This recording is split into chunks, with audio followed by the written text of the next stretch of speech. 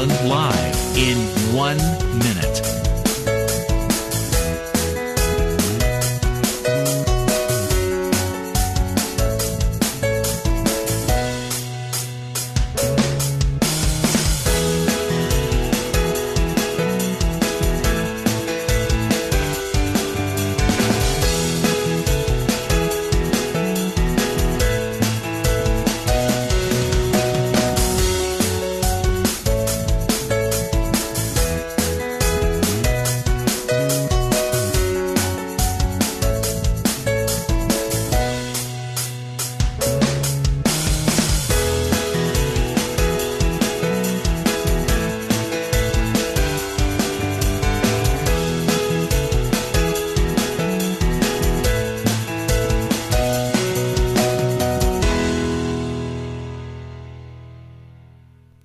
Welcome to Lynn Cullen Live at pghcitypaper.com. Email your questions and comments to lynn at pghcitypaper.com.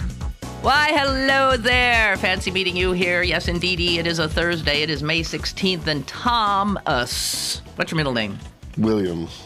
Thomas William Sokolowski will be joining us today. In fact, he already has. Yes, how do you do? In fact, we met in the lobby, came up in the elevator.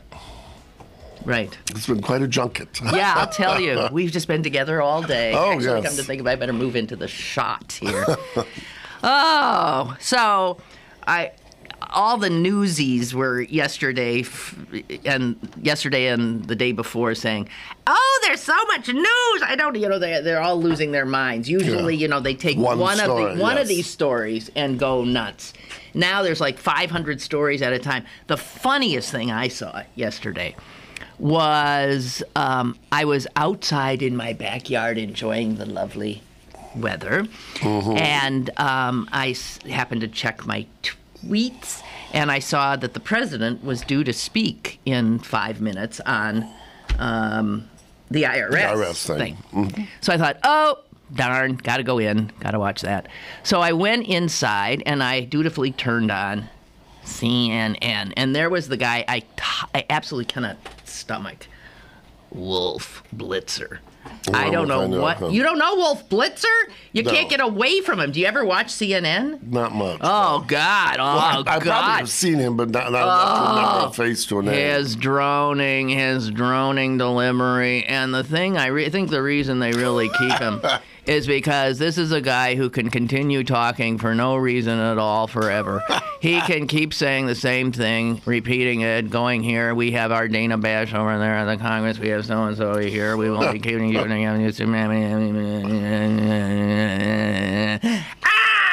cannot stand it. Well, I hated one I disliked. That was when what's her name? When Katie Couric left to do her talk show, they put this guy, I can't remember his name now, but he's one of these sort of older boy toy types, and he too is just so droll, I'm not sure who that is because I don't watch. You're talking about in the morning? No. Oh, you're talking about in the evening news? Yeah, like the 7 o'clock news or whatever it is.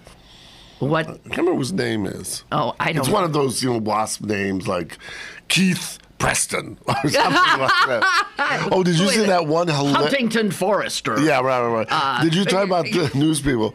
There was a funny thing that was Jon Stewart did, where, what's that one woman's name? Nancy something, who always does the murder trials. Nancy Grace. Yeah, Oh, what a vile human But anyway, being. they had Nancy Grace. Yeah. And this other woman, this was that trial of the person. Arias. Yes.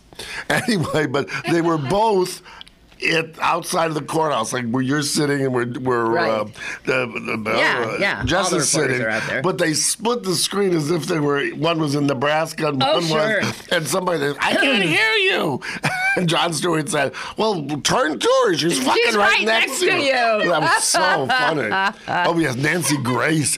She's so sort of intense and vicious. In her eyes. She's frightening. She's probably an Ori.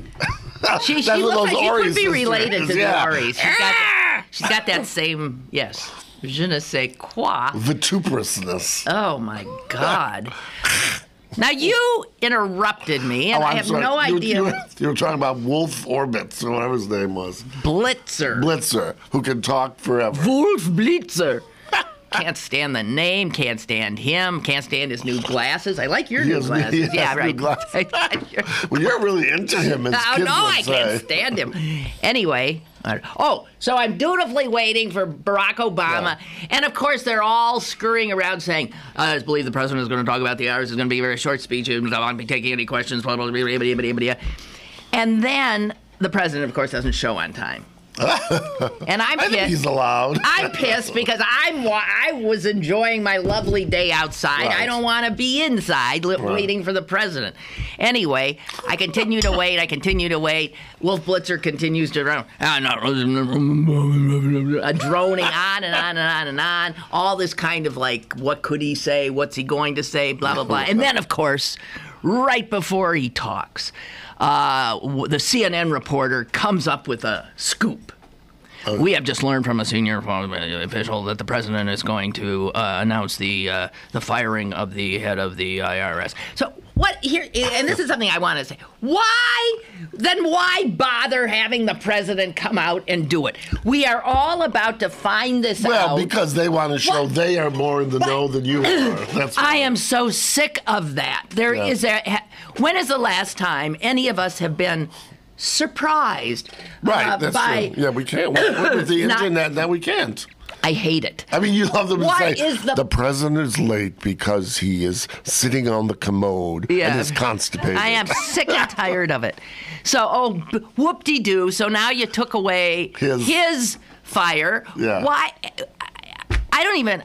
If he's so concerned about leaks, I don't understand why they don't stop those kind of leaks and let him have his 15 minutes. Let him do his thing. I mean, what? You'll find out 2 seconds later. Anyway, so that annoys me. Then we're still waiting. He still doesn't show. We already know what he's going to say. I'm thinking, so why do I need to listen? Then I'm thinking, well, it's sort of your job. You're damn well better. Who knows what else he might say? So I'm still sitting there, and Wolf is still droning on, and without missing a beat.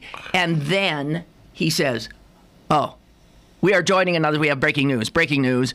And bango, we go off to the Jodi Arias trial. Oh, wait a minute. I thought they already... Wait, she's been convicted. Yeah, wait. This, I'm thinking, the president is due to speak in 2 seconds, and you're breaking away to the Jodi Arias trial. And what we needed to break away for is the jury had determined, this was the next phase, that she had, when she murdered her boyfriend, done so with extreme cruelty and something or else. Which, if they decided that, then she's eligible for the death penalty. Okay. So we get there, and all of a sudden there's Jodi Arias sitting there and her attorney. And first of all, I'm thinking, who gives a damn about this vile human being? And why is that case? I kept hearing her name. And for months and months and months. Yeah. And I thought, what the hell is this story? Right. Never saw it in the newspaper. Right. Never saw anything. I thought, what is this? Well, I have a cousin who called me about something I've talked to very rarely. And she said, I'm just glued to the screen about Jodi Arias. And I said, who's that? This was before it got a little... Okay, well, no, I have never said her name before on this show. We have never discussed it. So, go girl. So, anyway... So they cut away so that we can hear off screen each juror saying that they agreed with it. Right. Juror number 12, I agree. Juror number 14, I agree. I'm saying, why am I watching this? I want the president of the United United States. Now we're breaking away. The president. Who I already know what he's going to... I hate television news. I hate television news so much. You can Anyway... It was very funny. This is sort of connected to that. I have a friend who has an art exhibition opening tonight in Berlin. So I thought, I'm going to send flowers. Well, it wouldn't work. And I said, unless you promise they're going to get there. FTD can't do Berlin? Well, they can't do it for 2 days or something. I don't know why, but this guy was good. I said, sir, I was burned once on this, and, if you can't come on time. So I thought, I'll send a telegram. That's old-fashioned or whatever. So on Western Union, You can't send a telegram anymore.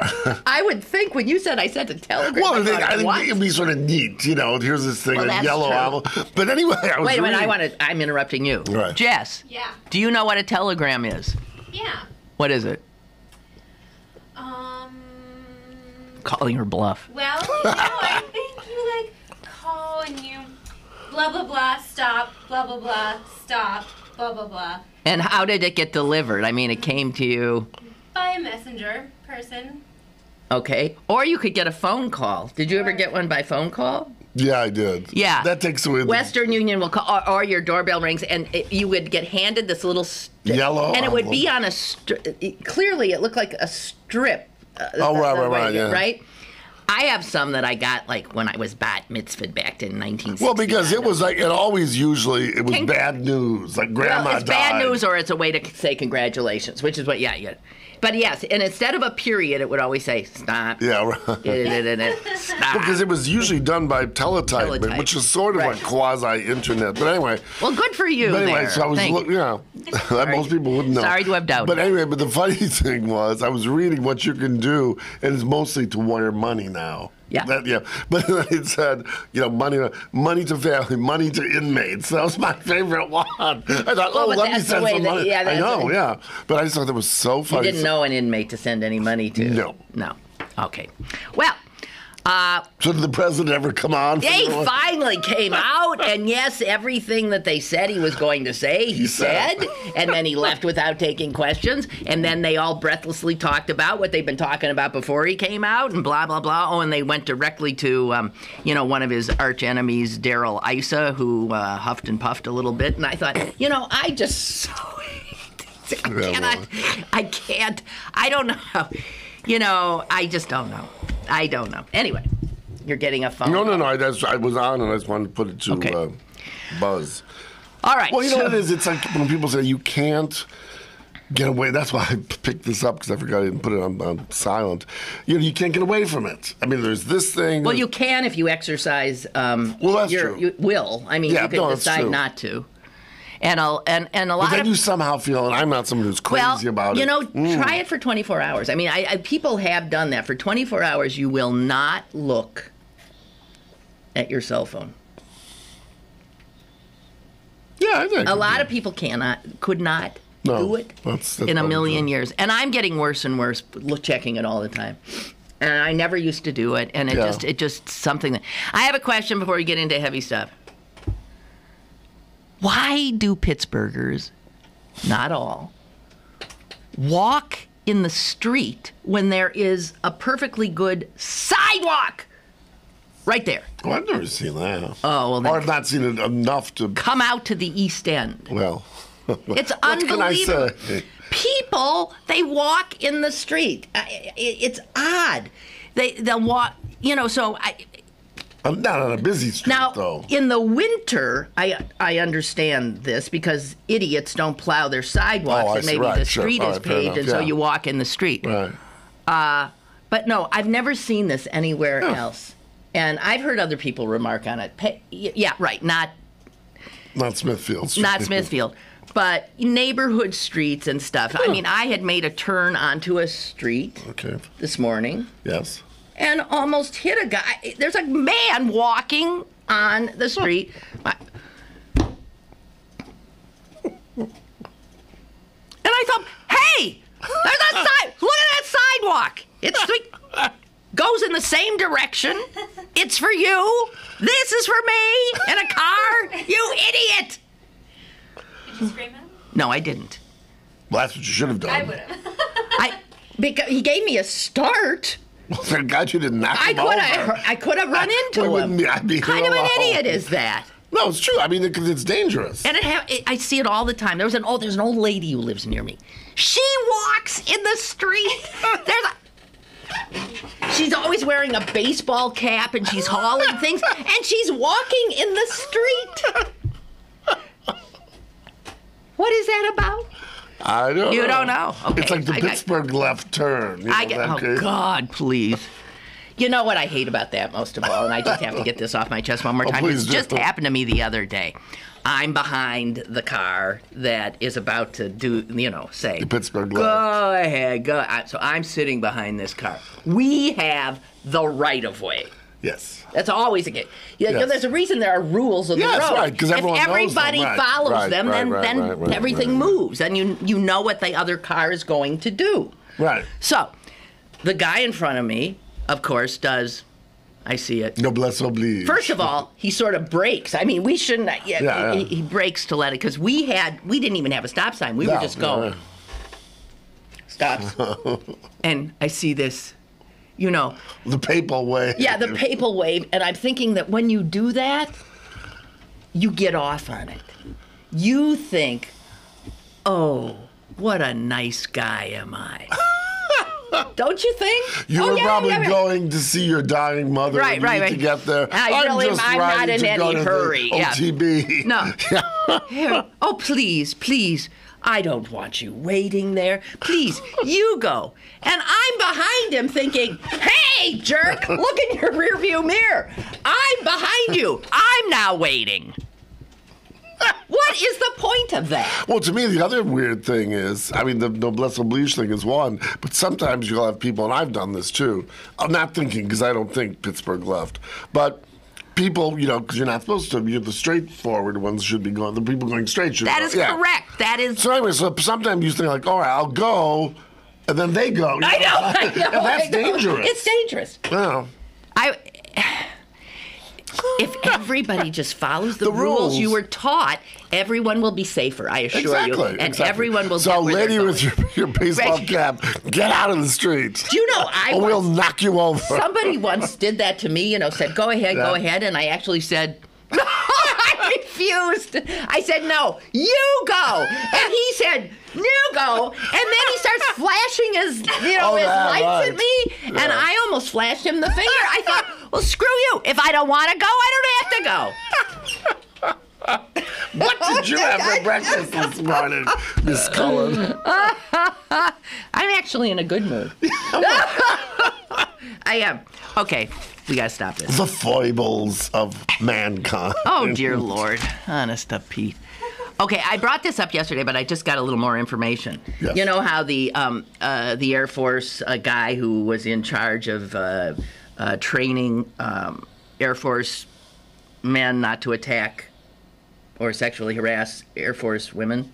Well, I know about the general scandal, but I don't know about the specific incident. But you don't know about the fact that the guy responsible for sort of doing the training was arrested for groping a woman in a parking lot. Oh, you didn't know that? No. His mugshot's all over the place, and obviously he's finished. It's gone. So, but he's worse off than the guy who said "fuck" on the radio. Oh, you know what he's doing? He's like working McDonald's or something. No, he's bartender. Oh, bartender, right? Yeah, he's tending bar. Is that higher on the ontological scale? You know what? I bet you that tending bar, he's making more money. No, it's because I read it. $2.23 an hour. No, $2.23 an hour plus tips. But I got to tell you, I forget where he was. Was he in Butte, Montana, or something? Somewhere out west. Or Fargo? Let me tell you what you make there. Oh. I mean, he wasn't a major anchor or anything. No, he was making $2.35 an hour there too. So let's hear about the molester. So that happens. Then just yesterday, the news broke that at Fort Hood, the guy responsible for doing somewhat of the same kind of thing sexual harassment training. He's working as a sexual harassment and assault response and prevention coordinator. Well, that's the title. It's called SHARP. And while you're sharp. Yeah, and while doing that, he was running a small-time prostitution ring. Oh, jeez. On base, and also was accused of sexually assaulting another soldier. Woman or man? Woman, I presume. Woman. This is... okay, so one was the Air Force. Yeah. This is the Army. And I got to tell you, how you get... They're not very sharp. I know. How do you pick someone? No, but you wonder what... It's way up. It's way up. Mm. And they figure, even though the reports of this sexual abuse is way up, they think that the vast majority of abuse is never, ever reported. Right. Because a lot of it, I'm sure, is rank related. Yeah, exactly right. No, exactly right. And you don't. And also, it's not exactly the way to get ahead. Right. So, but when it comes down to it, it's just like going back to the Catholic Church, one of our favorite subjects. But you make something so, what was the word that just went on my head? Like a human impulse to sexual relations, and you make it so impossible that, of course, it's like booze during the Depression, but Prohibition rather. Sort of bring on prostitutes or something. Maybe you have a rank of hooker, Sergeant Hooker, and they're provided for these guys. I mean, it'd be silly. That's what the Japanese did. That's right. With they their brought the comfort women who were Korean, right? I don't think that's considered a good deed. Well, no, if there are people who want to do it and are paid. Well, I don't think any of those women wanted No, to. And they weren't paid. They were slaves. No, they were slaves. Literally sex slaves. True. Japanese did they ever, or did the most recent prime minister apologize? I think they've apologized, but the mayor of Osaka or something just the other day was saying that it made sense that you have to allow the army to have then sex. why did they have Japanese women? Yeah, tell me. Because the Korean women were less. Anyway, he's lost his job. Why too. You would bring that up? I mean, and he's a sort of rising young politician, and he says, "I thought the comfort women were a great idea." My mother was a comfort woman. It's perfectly understandable. But I mean, is this? I don't know. No, but I guess when you make something so repressed, that's why all the problems come up. I mean, just like pederastia in the Catholic Church. Well, that's right. I mean, it's... Yeah. All right. Well, excuse me while I think we'll get a first break out of the way. Come back. I want to do one sort of heavy thing about Benghazi. I love your pronunciations. Benghazi. My favorite one of yours is government. Government. Well, this has to do with the government's reaction to Benghazi. Okay. In just uno momento. Stick around for more with Lynn Cullen Live after this. Go to BergBargains.com for great deals on gift cards from your favorite local restaurants, bars, museums, attractions, and shows. This week only, 40% off vouchers for Jerome Venice Grill. Supplies are limited. BergBargains.com. Pittsburgh's best bargains. BergBargains.com. Are you ready to paddle to the point? Paddle Without Pollution, Pittsburgh's nonprofit watershed stewardship and education organization, will hold its third annual cleanup of Pittsburgh's 3 rivers on Saturday, June 8th. Dozens of kayakers and canoeists will launch from 3 points, one each on the Allegheny, Ohio, and Monongahela rivers, and paddle toward Point State Park, picking up trash as they go. After the cleanup, volunteers will enjoy food, entertainment, and prizes at the park. Join Paddle Without Pollution on June 8th to help protect our rivers, have some fun, and be a part of this special event. To register, visit www.paddlewithoutpollution.com. Welcome to today's lottery drawing. And today's winning numbers are not yours, not yours, and another number that's not yours. And the final number is not yours. When it comes to having money, don't rely on luck. Brew your own coffee at home instead of buying that latte. Brown bag it to work instead of ordering it. Go to feedthepig.org for more free ideas on how to save. Feedthepig.org. This message brought to you by the American Institute of Certified Public Accountants and the Ad Council. Have a question or an opinion? Call Lynn Cullen at 412-316-3381 or email lynn@pghcitypaper.com. Now, more with Lynn Cullen Live. Okidy dokity, we are back. Okay, so the Benghazi thing I wanted to talk about is I came upon it. I admit that I have not read the 100 pages of emails that were released by the administration yesterday, but I do trust that those reporters who have are, in fact, reporting what's in there. Yeah, right. And I have, looked at a number of sources. So it's fascinating because a lot of what is shown by them is, first of all, that the Republican charges that the White House reaction to the attack in Benghazi was purely political, designed to tamp all this down until the election could be held, which was just, a week or so away. Something like that. Absolutely zero evidence of that in these emails. Zero evidence of that. What the emails show, and it's interesting, is it was the CIA almost completely that created the talking points that Susan Rice then went on the Sunday shows and got pilloried for talking, for speaking out exactly what she had been told to say, because of the CIA's reluctance to call it. They're the ones. It wasn't Obama. It was who was head of the CIA then? General Petraeus was still the head of the CIA. Okay. The one line in the first talking point, first they're, somebody writes them, they're crafted, and then they get sent out to state and CIA and the White House, and everybody, says, oh my God, you can't say that, take this out, take that out. And this is the one sentence that survived all the editing. And this is interesting. We believe, based on currently available information, that the attacks in Benghazi were spontaneously inspired by the protests at the U.S. Embassy in Cairo and evolved into a direct assault on the U.S. facilities in Benghazi. Now, that was ridiculed by Republicans left and right. Oh, it had nothing to do with that. It was clearly something that was planned. CIA, state, everybody agreed that is... It was a catalyst. That is what it was. And if you'll recall that stupid amateurist that movie, that was film had come out. All about that. They were throwing rocks and stones at the embassy in Cairo. In over 20 nations, there were demonstrations. So Benghazi is not in some kind of a vacuum here.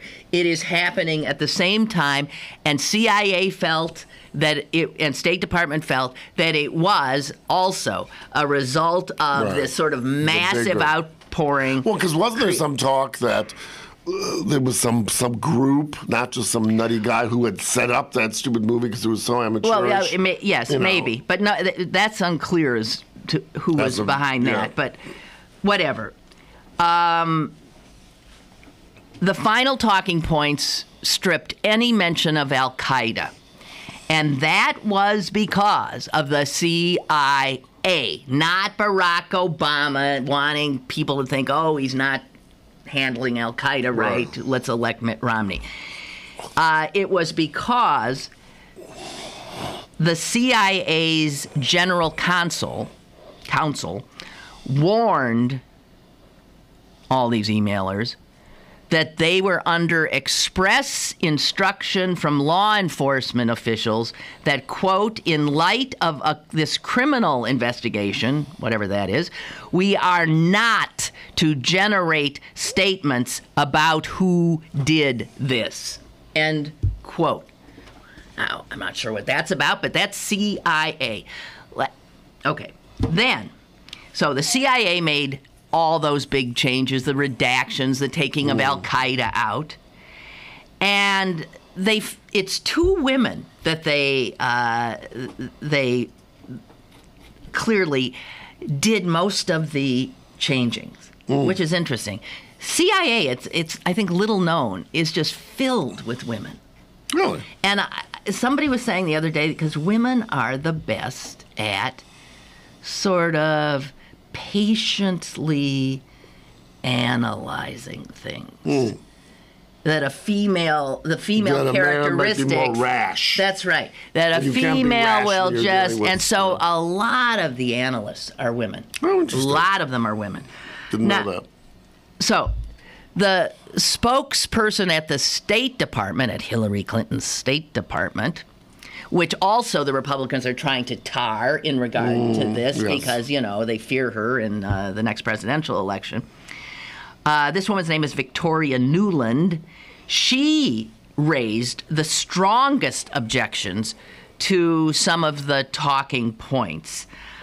She was objecting to language that she thought would put unfair blame on the State Department for inadequate security at the site, which in fact was mainly conducting CIA business. And so she said, hey guys, this is your mess, not ours, and you're not putting this on us. Anyway, she backed him off.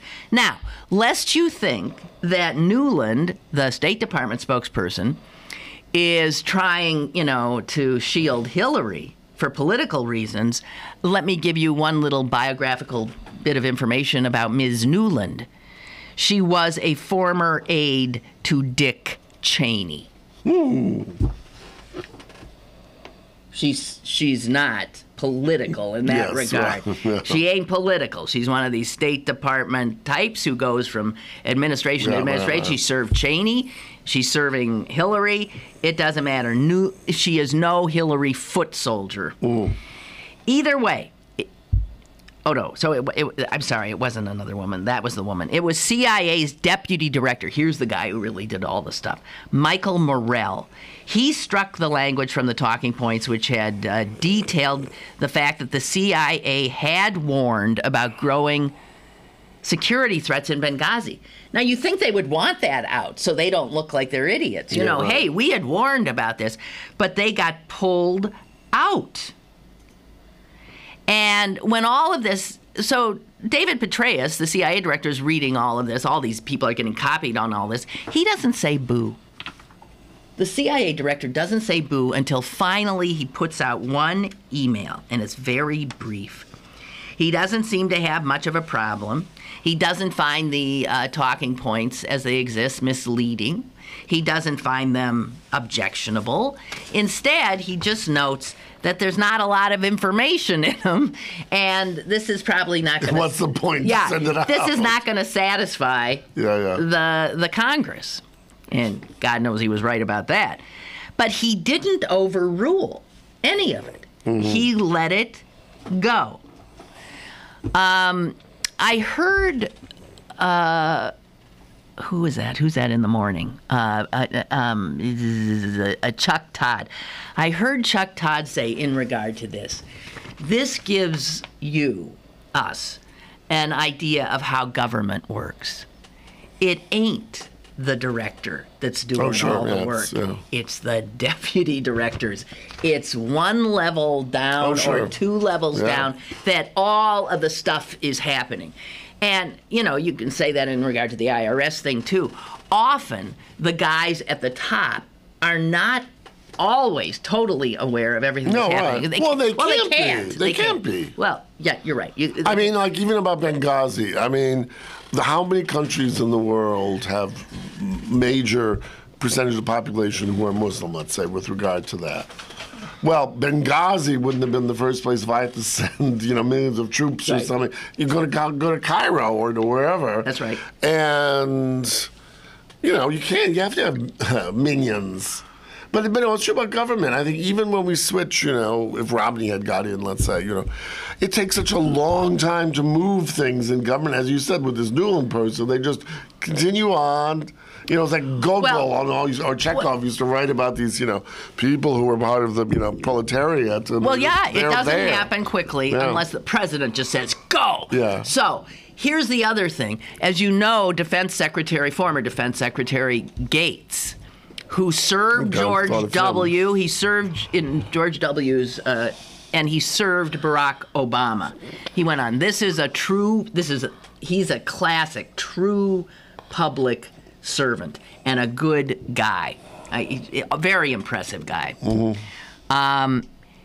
He told the congressman in one of these hearings they've held that, they maybe had been watching too much television or too many movies if they thought they were on him. Well, why did you? They were saying, scramble some jets, get over there, bomb them, do this, bring in the troops, call in the Marines. And he said, hey, we can't. There's no way that could have happened in time. There would have been no way. And he sort of it was like he was talking to 3-year-olds. Yeah. Okay, so as far as I'm concerned, Benghazi is the most overblown, made-up, ridiculous excuse for a scandal I've ever seen. It would be like if they sent troops to Green Bay. Yeah, right. The IRS scandal has been certainly tamped down mightily by the White House, and they're horrified too, and heads are rolling, and everyone, so that should... But none of this will go away because, of course, the Republicans' modus operandi is to just continue to try to bring down Barack Obama and to tarnish him. And the AP story is, well, I heard some reporters say, and I think he's right, reporters are outraged. The media is outraged. The American people, they don't give a damn. It's true. It's true. It's not the kind of story that they give a damn about. No. Right, they should, because First Amendment. If people in the government are feeling intimidated that their phones will be tapped, that their sources will be revealed. If people in media are intimidated by government, I'm sorry, not the media, people in government, would-be whistleblowers are intimidated, well, they ain't going to be blowing whistles. And consequently, you, the citizens, will not be learning things that you should. This is why protecting journalists' ability to ferret out information is like one of the pillars of the First Amendment. Exactly. And the Founding Fathers certainly were aware of that. So I don't know. I think there'll always be whistleblowers. Yeah. Partly because I think some people are very morally, strong, number one. But also I think some people just like the whole point of like, ooh, I know it before you do, and want to get it out there. I'm in the know. Hey, I got to tell you about a good news story that happened over the week. Well, yes. Did you read this? Yeah. This is so wonderful. I guess it was in Saturday's paper that I first read about it in the Saturday Post-Gazette. And it was a story that broke my heart. Yeah, it was. It was the saddest story. It was a story about Clairton High School. Now, where is Clairton? God, you're asking me. Clairton's... You've lived here for 1,000 years. I mean... Yeah, but it's on... Is Clairton... Come on, it's one of them... It was a mill town. It's on the Mon. She's looking... You lived here all your life. I'm just somebody who... I'm an immigrant. And I'm a recent immigrant. I'm a documented worker. It's on the Mon, yeah. It's on the Mon, but where exactly? I mean, who knows where? I don't know. I don't know exactly where. But all right, so it's that way. It's that way. Like going towards West Virginia. And it's most known, do we have a call? Hello? Hi, caller. Hi, I can help Lynn with locating Clairton if you still need that. Yes, we do still need it. Where is it? Oh, I'm on the air. I'm sorry. Yes, you are. You go to Century Street Mall, West Mifflin, go a little further south on 885 on Jefferson Hills. Okay. Proceed past that on 885, keep going all the way, and you run into the city of Clairton. Okay. So that's like, is Elizabeth around there too? Elizabeth would be further past Clairton a bit. Past Clairton, okay. Yeah. I gotcha. And just as a quick aside, if you've never been to Clairton, they have a humongous mill that just looks like hell with the lid off. Okay. It's not functioning? Yeah, it is, and I'm not sure what they're doing. I don't know if they're doing steel, but... but it's working. I don't think that's it. Oh, that's good news. Clairton's a weird place. It's pretty neat, though. Yeah, I get a sense that it's a neat little town. Hey, thank you very much. I appreciate it. Okay. No problem. Because I guess I'd never been there. Okay, so Clairton. Yes. Now I see it in my mind's eye. It's most well known for this unbelievable football team they have. It's a small school. Right. It's a tiny little school in a very poor community. So they don't have any money, and they manage to beat the football team off of... Well, it reminded me of, did you ever see that television show, Friday Night Lights? Yeah. It reminded me of that, where the high school team... is the heart of the town. Of the team, and they, Yeah, I think that's true. I think and I think there's and for Clairton that has had so much bad luck. Right, exactly. It's a... point of pride. A total point of pride. So, there's a story that it's about Clairton High School. It has nothing to do with the football team. Yeah, right. It has to do with the robotics club. And the robotics club, it turns out, and I'm looking at just 5 kids. I don't think there's a lot of kids in it. It has won a competition in which they had to create robots that I think are about knee-high. They're that big. And then they fight other... It's something like that. It's like a robotic gladiator kind of a thing. And they won the regional competition. This in itself is mind-blowing. Sure. A little school with no money and kids from relatively, I would think, modest circumstances beat out, name the names, beat out all the highfalutin. They beat out all of them. Upper St. Clair, Fox Campbell, right? All of them. They win. Then the winners are to go to the national competition in Indianapolis, which is being held this weekend. Right. Here's the problem, and this is what the story was about. Clairton doesn't have the money to even get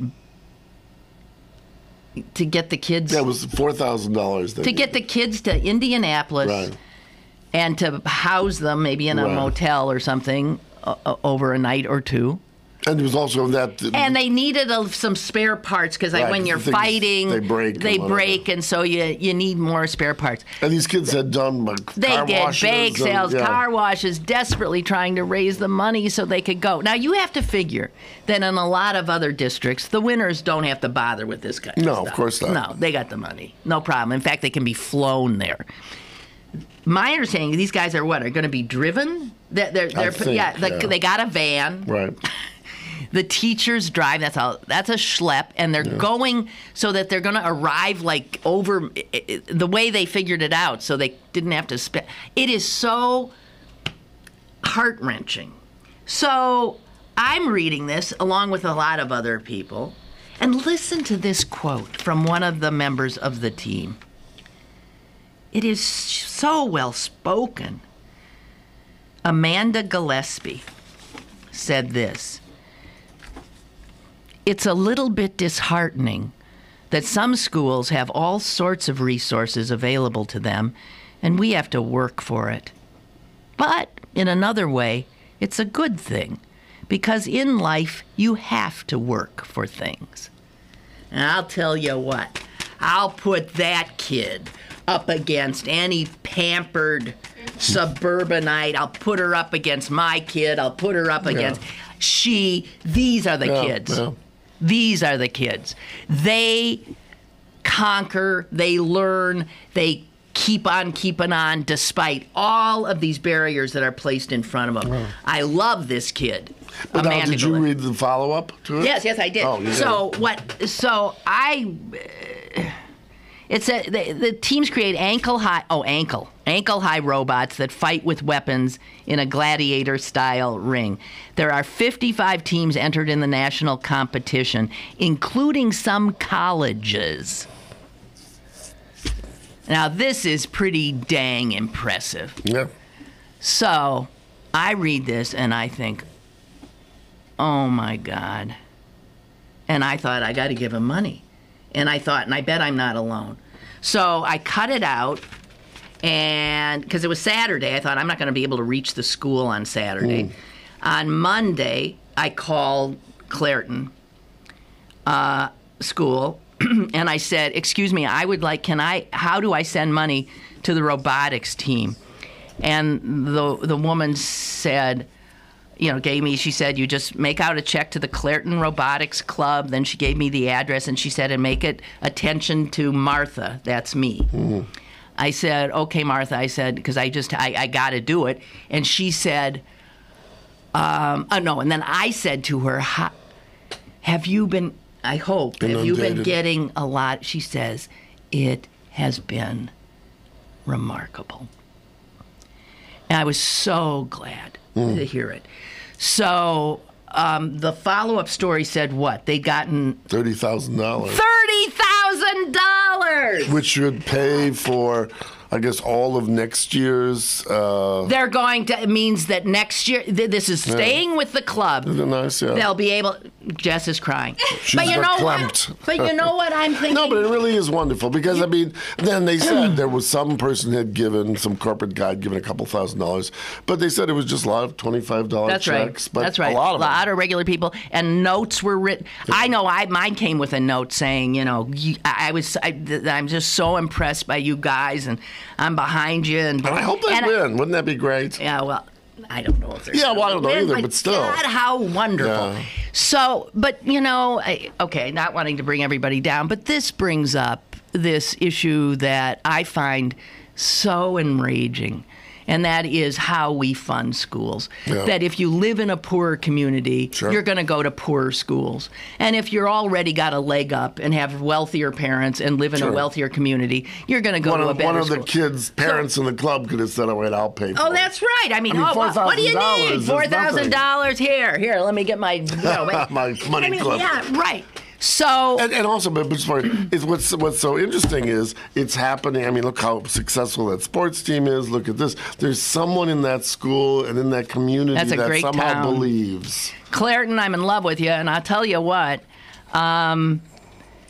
If people knew this kind of thing more, I mean, I'm thinking if every parent who has a kid who doesn't have to struggle like this in their school were to self-tax them, self-tax. Send $100 to the deprived school district of your choice. Send it to Duquesne. Send it to Braddock. Send it to Clairton. Send it to all of these places. And because God knows your district doesn't need your money anymore. They got more than enough of it. I just am sickened. I don't see how you can call the United States this sort of egalitarian culture if this is how we educate. This and that we, anything is possible in the U.S. You can be anything you want to be. Maybe, but you better be born with more grit and more determination and more smarts and more, if you're born poor in this country, you damn well better be, because you can be born rich and just ease your way in to the top, and you don't have to work 1/10 as hard as these kids. I love you, Clairton kids. I love you. She loves you. I love them. We got to take a break. More is on the way with Lynn Cullen Live. Pittsburgh City Paper's annual summer guide is available now. Pick one up today for the most extensive list of summer activities in Western PA and beyond. Plus, the Marshall Tucker Band, Josh Ritter, Styx, Hill House, the St. Nicholas Greek Food Festival, and a look at outdoor dining options in the Berg. Pittsburgh City Paper, available at over 1,700 locations throughout Western Pennsylvania, on the web at pghcitypaper.com, and on your smartphone at citypapermobile.com. Okay, guys. I got dirt under my nails yesterday. I was planting. I was out in the yard. I so love it. And I'm sure if you're like me, you're well into it too. Buying the things that you put in the earth is such a wonderful, wonderful errand. And if you've never been to the Urban Gardener, please treat yourself. The Urban Gardener. First of all, it is not as humongous as some of the other nurseries where you think, what am I? Where you get just sort of like overwhelmed and inundated. It is urban, and consequently, it's more concentrated. It's all there, and their selection is so wonderful. I find things at the Urban Gardener I do not find anywhere else. It's at 1901 Brighton Road.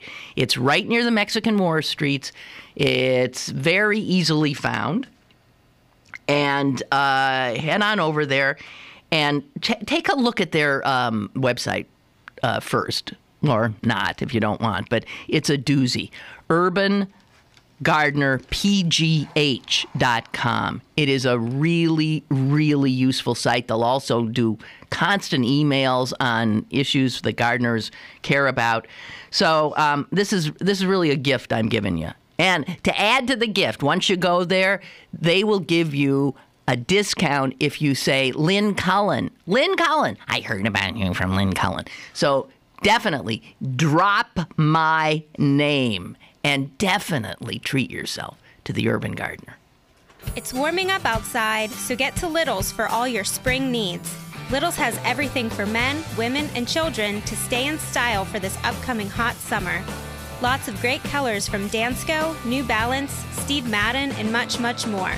Don't forget to come visit this season's colorful handbag selection as well. Little Shoes, Pittsburgh's largest family shoe store, 5850 Forbes Avenue in Squirrel Hill. Now, it's back to Lynn Cullen Live at pghcitypaper.com. Okay. Speaking of rich people, the haves and have-nots, did you see this? This is the most disgusting thing I've ever seen. I bring you to Disney World. All right. Or Disneyland, one of them, any of the Disneys. Have you ever been? Of course not. Neither. No. And, you should hope to live your whole life without doing it. Well, everyone tells me that. No! Epcot. Haven't you been? No, but I want to go to the one in California. That's the one, Disneyland. That's the original. Yeah. That's the one but I've I'm told that been the one to in the Florida most. is the Epcot science thing. It's very maybe. interesting. It's not. I don't like venues where there's a gazillion people. Well, no, and that part I agree with you. And you wait in line. And you wait in line for 100 hours to do something that then and takes costs 3 thousands minutes. Of and it's dollars. overpriced. And it's just. And I've told stories about my encounters with Disney people and their ethics. They're also perky. Oh, they're frightening people. It's whatever. Except I once sent, when I first started at the World Museum, sent the head of our visitor services to they have a training program that you can do for 2 days or something. And I didn't want him to be, hey.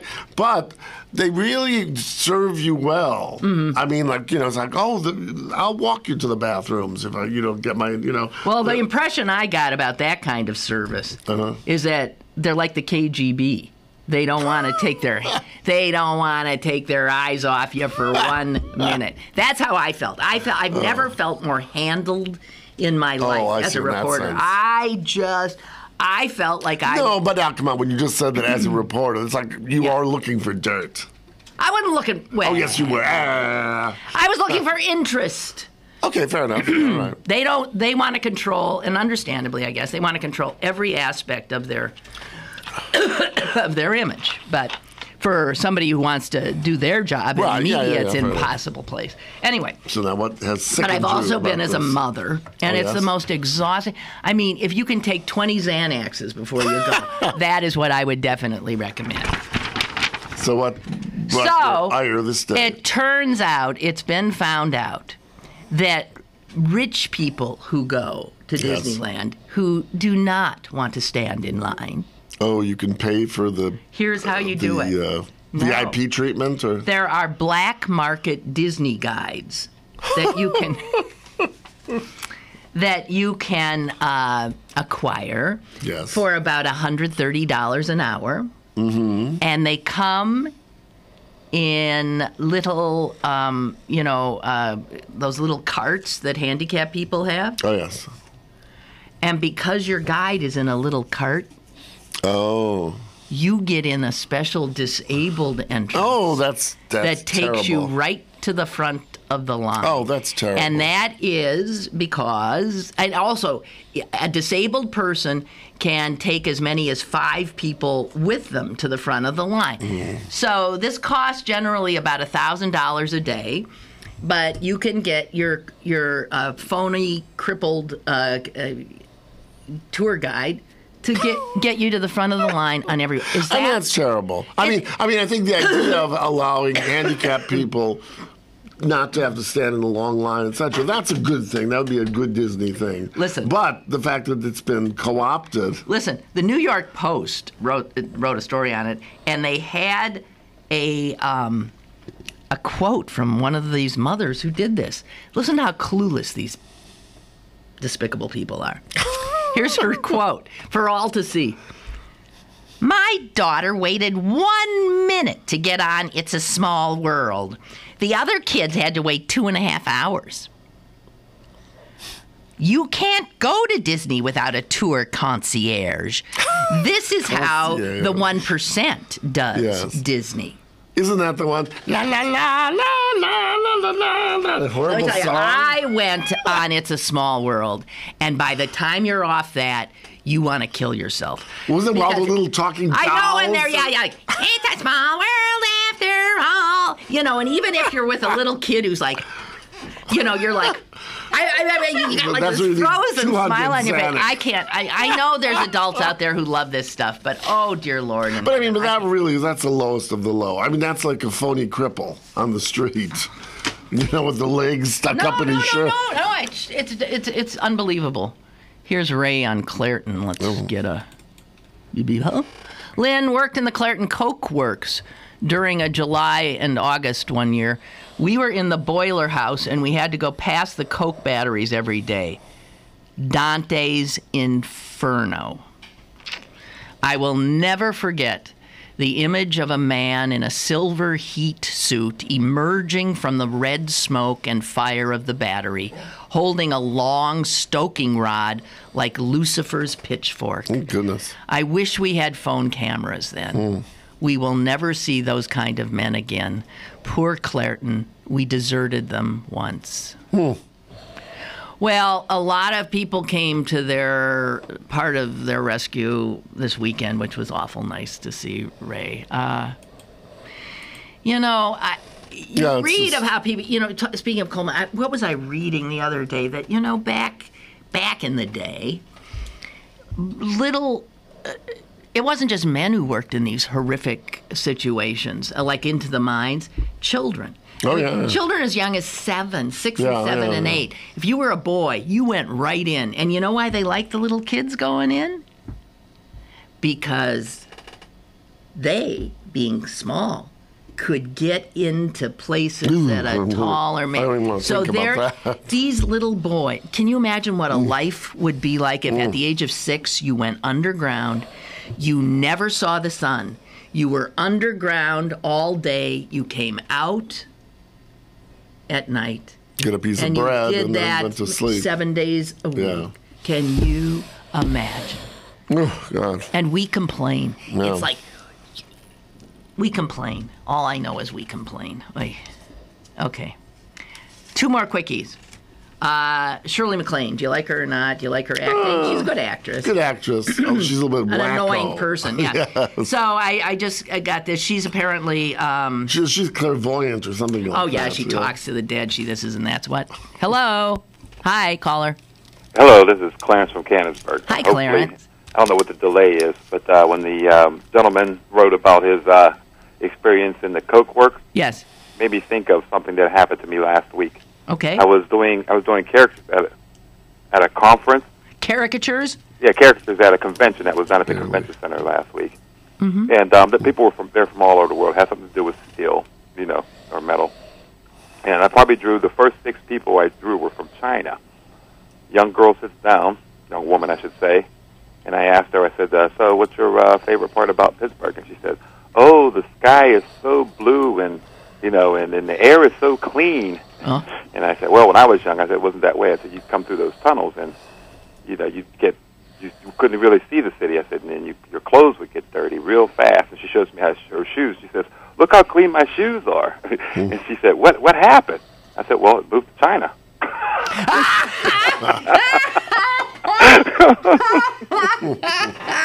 We moved all that dirty business to China. Exactly. Yeah, and we lost a ton of good paying jobs here, but now now you can't breathe in Beijing. Yeah, she was to say that every single one of them. Every one of them I asked and said, "What's your favorite part about America or Pittsburgh?" They were talking about the air. Yeah. You know, seeing the sky. Yeah, it's interesting. I was once on a plane flying back into Pittsburgh, and there were some Chinese women behind me who I had a sense were coming into CMU or Pitt or something, and it must have been their first time. They were marveling at the greenery, the trees. They kept saying, look, it's like forests.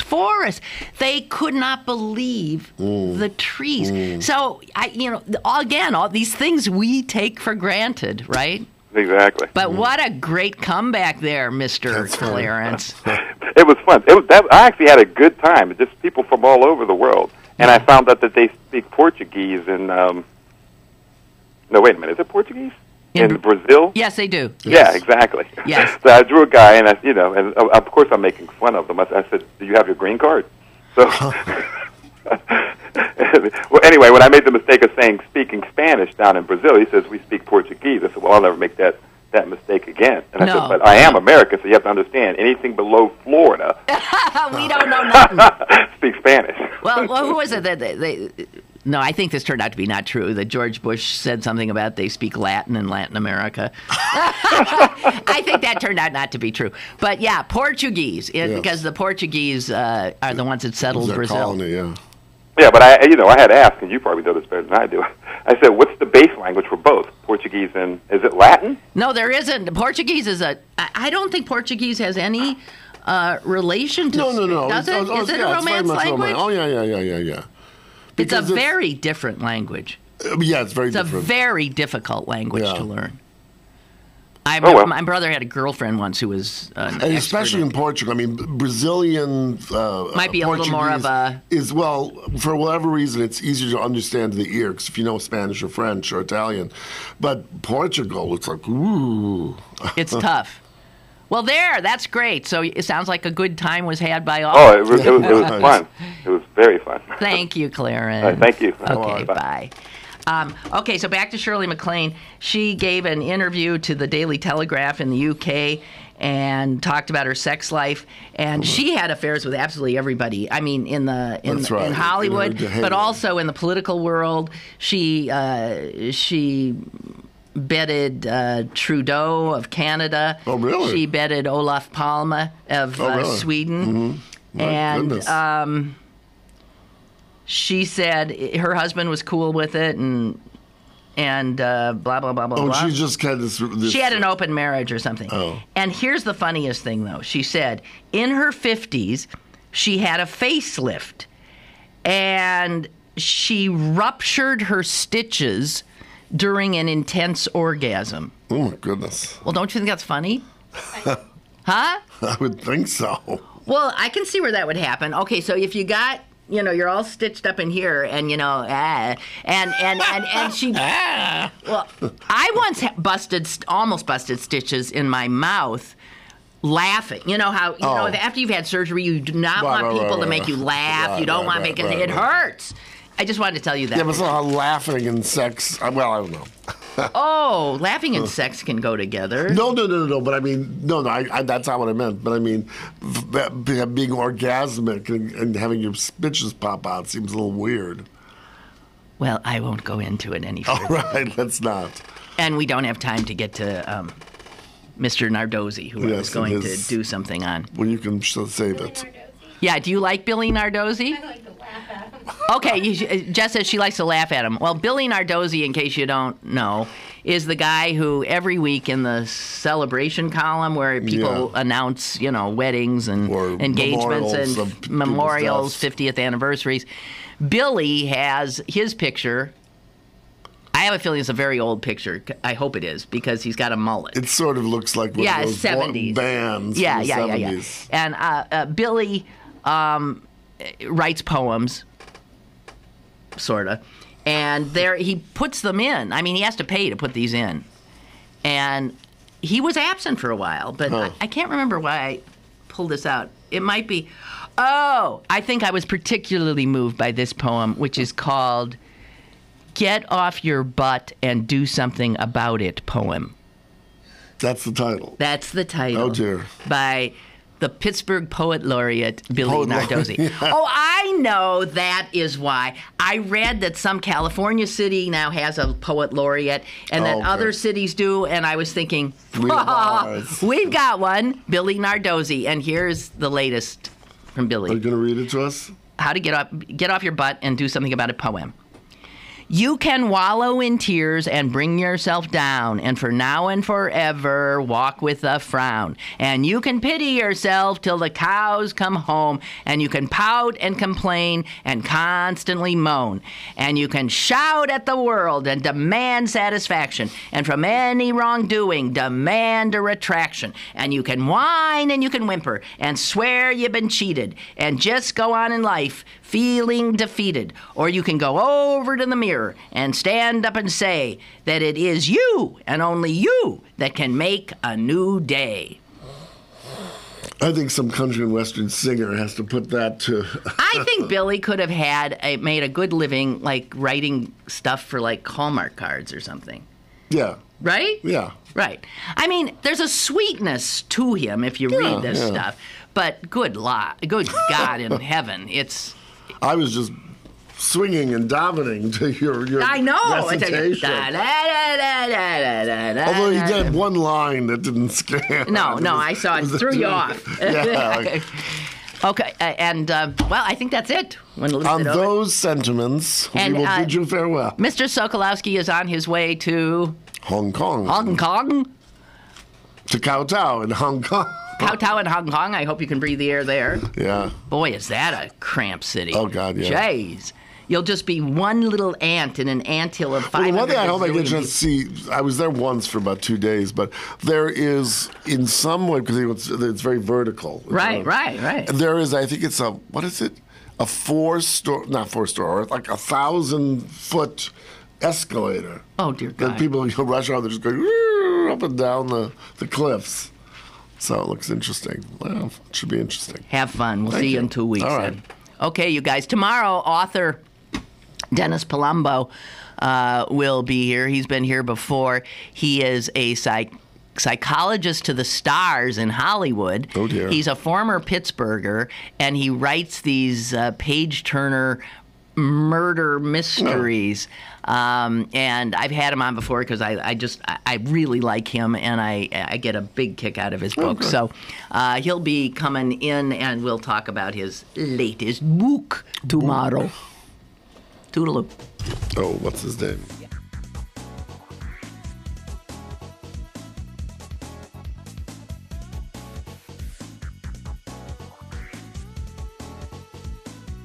Lynn Cullen Live, Monday through Friday from 10 a.m. to 11 a.m. and archived at pghcitypaper.com. The opinions expressed on Lynn Cullen Live are those of the host and do not necessarily reflect the viewpoints of Pittsburgh City Paper, Steel City Media, and its advertisers.